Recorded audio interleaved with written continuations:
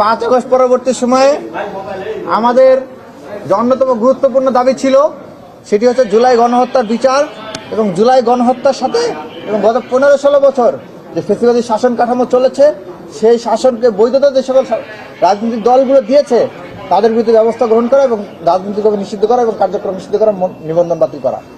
সেই দাবিতে আমরা বারবার আন্দোলন করেছি, বারবার রাস্তায় দাঁড়িয়েছি।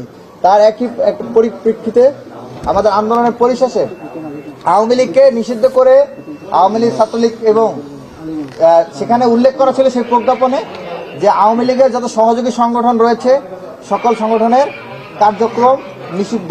সেই হিসেবে 14 দল, জাতীয় পার্টি, এনডিএফ সহ যে সকল দলগুলো জুলাই গণহত্যার সমর্থন জুগিয়েছে এবং দীর্ঘ 15-16 বছরের ফ্যাসিবাদী শাসন আমলে খুনি হাসিনাকে এবং আওয়ামী লীগকে শক্তিশালী করেছে, আওয়ামী ফ্যাসিবাদকে শক্তিশালী করেছে, তাদের প্রত্যেকের কার্যক্রম কার্যত নিষিদ্ধ হয়ে যাওয়ার কথা।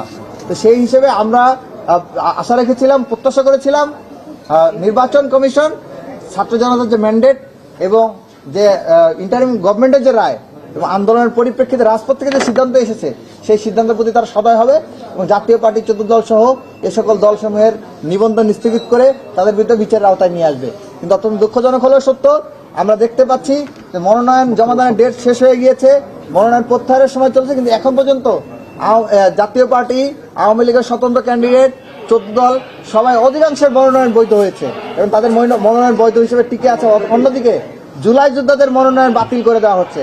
তো এই পরিপ্রেক্ষিতে আমরা আজকে নির্বাচন কমিশনে এসেছিলাম এবং আমরা আমাদের দাবি জানিয়েছি, স্মারকলিপি জমা দিয়েছি যে কাল বিলম্ব না করে যে সকল জাতীয় পার্টির নেতৃবৃন্দ নির্বাচনে অংশগ্রহণ করার জন্য মনোনয়ন তুলেছে তাদের প্রত্যেকের মনোনয়ন বাতিল করতে হবে। যারা জঙ্গি লীগের সাথে জড়িত ছিল গত 15-16 বছর এবং জঙ্গি লীগের পোস্টের সাথে জড়িত তাদের প্রত্যেকের মনোনয়ন বাতিল করতে হবে। যে সকল যারা স্বতন্ত্রভাবে ক্যান্ডিডেট হিসেবে নির্বাচন করার চেষ্টা করছে জঙ্গি লীগের, তাদের মনোনয়ন বাতিল করতে হবে। 14 দলের মনোনয়ন বাতিল করতে হবে, কারণ এরা প্রত্যেকেই খুনি হাসিনা এবং জুলাই গণহত্যার সহযোগী সংগঠন ছাড়া আর কিছু নাই। আপনারা জানেন যে জুলাই ঐক্যের পক্ষ থেকে আমরা মামলাও করেছিলাম, হাইকোর্টে রিট করেছিলাম যে যাতে করে এই জাতীয় পার্টির 14 দল সহ এদের মনোনয়ন বাতিল করা হয় এবং হাইকোর্ট আমাদের রিটের রুল জারি করেছে। আমরা আশা করি হাইকোর্ট দ্রুত সিদ্ধান্ত দিবে যে মনোনয়ন বাতিলের ব্যাপারে এবং আমরা আজকে নির্বাচন কমিশনকে এটা জানিয়েছি যেহেতু হাইকোর্ট রুল জারি করেছে আপনারাও জাতীয় পার্টির 14 দল সহ এদের মনোনয়ন কার্যক্রম স্থগিত ঘোষণা করুন।